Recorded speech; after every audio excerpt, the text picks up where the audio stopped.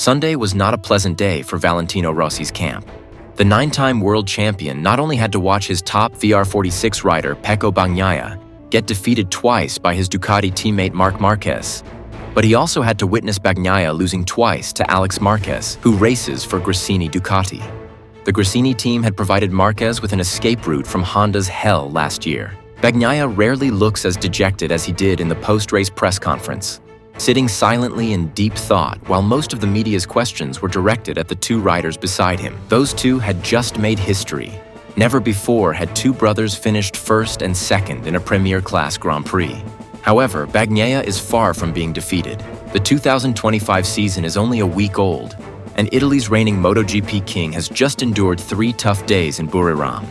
He struggled with his front tire selection and, ironically, was knocked out of Q2 on Friday afternoon by fellow VR46 rider Frankie Morbidelli. Despite this, he was not satisfied with his performance in the first Grand Prix of his 7th MotoGP season, making it clear that he was not there to finish third. During Saturday's sprint race, Bagnaia opted for a hard compound front tire with a stiff casing, specifically designed for Buriram to achieve better braking stability. However, the tire lacked grip when cornering, forcing him to overwork it while trying to maneuver his bike. On Sunday, he switched to the soft tire, the same choice as the Márquez brothers, but unfortunately, he had not completed enough laps to find the right setup for it. Without a doubt, Bagnaia will spend much of the next 2 weeks analyzing Marc and Alex's data, searching for insights to help him improve for the next 2 races in Termas de Rio Hondo in the Americas, tracks where Marc Márquez has historically been strong. The 2022 and 2023 world champion will bounce back, but the question remains: will he learn and adapt quickly enough to surpass his new teammate, who seemed relaxed throughout the entire weekend?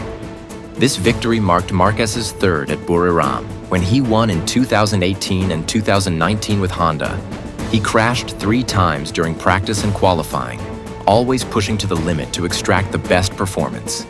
In the 2019 Thai GP, he crashed twice, including a terrifying high side that sent him to the hospital. So far this year, the 8-time world champion has spent 8 days on the GP24, 3 in Sepang and 5 in Buriram. He has only crashed once, and even that was a minor incident in Sepang.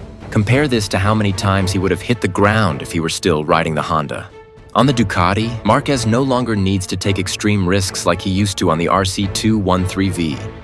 He is riding smoother than ever because that's how a Ducati is meant to be ridden, and appears more in control than before. And it's not just on the track where he is gaining control. MotoGP garages operate in a simple way. Engineers always lean toward their fastest rider. This shift is already happening within Ducati's garage, meaning Márquez is taking charge there as well. Of course, things could change, but if they don't, Bagnaia will no longer enjoy the #1 status he has held since joining the factory team in 2021. This explains his somber expression. Márquez's emotions after Sunday's race were intense. He knew he had finally escaped from the hell that had trapped him for almost 5 years. Now he knows he once again has the chance to prove he is the greatest motorcycle racer of all time. One of his only real issues in Buriram was MotoGP's tire pressure regulations, which created challenges. Every MotoGP bike is equipped with an alarm system that alerts riders when their front tire pressure falls below the allowed limit for more than half the race, triggering an automatic 16-second penalty. If this had happened, Márquez would have dropped to 8th place.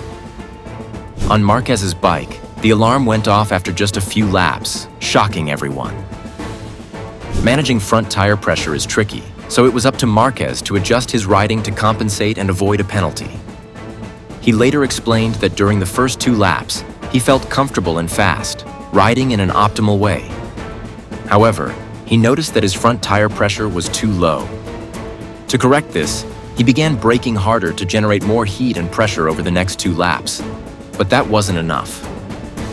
By lap 7, Márquez deliberately slowed down to let Alex pass him, allowing Alex's bike to heat up his front tire and get him out of danger of a penalty. This decision created panic inside the Ducati factory garage. Márquez then shadowed Alex for the next 16 laps, staying just a few meters behind his younger brothers Gresini Desmosedici.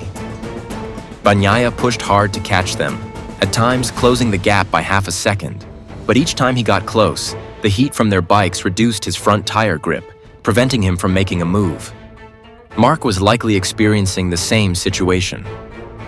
The scorching 37 degrees Celsius heat was not just a problem for the tires, but also for the riders, who struggled to breathe in 50-degree air behind their bike's windscreen, on top of machines exceeding 100 degrees Celsius in temperature. Many riders across all three classes suffered burns on their legs, arms, and hands after Sunday's race. When MotoGP first raced in Southeast Asia, the 1991 Malaysian GP at Shah Alam, the main race was shortened by 5 laps. A similar approach might be worth considering for Buriram. Márquez made his decisive overtake with 4 laps remaining. In the final quarter of the race, Alex's bike, losing rear grip, began to shake violently through a fast right-hander, costing him crucial milliseconds and giving his brother the perfect opportunity to strike at the next turn. The last 4 laps were spectacular. Marc surged ahead, pulling 1.6 seconds clear of his brother and Bagnaia, a dominant victory. The race was a disaster for the other Ducati riders. The top 4 finishers were all on desmosedices, with Morbidelli crossing the line just under 3 seconds behind Bagnaia.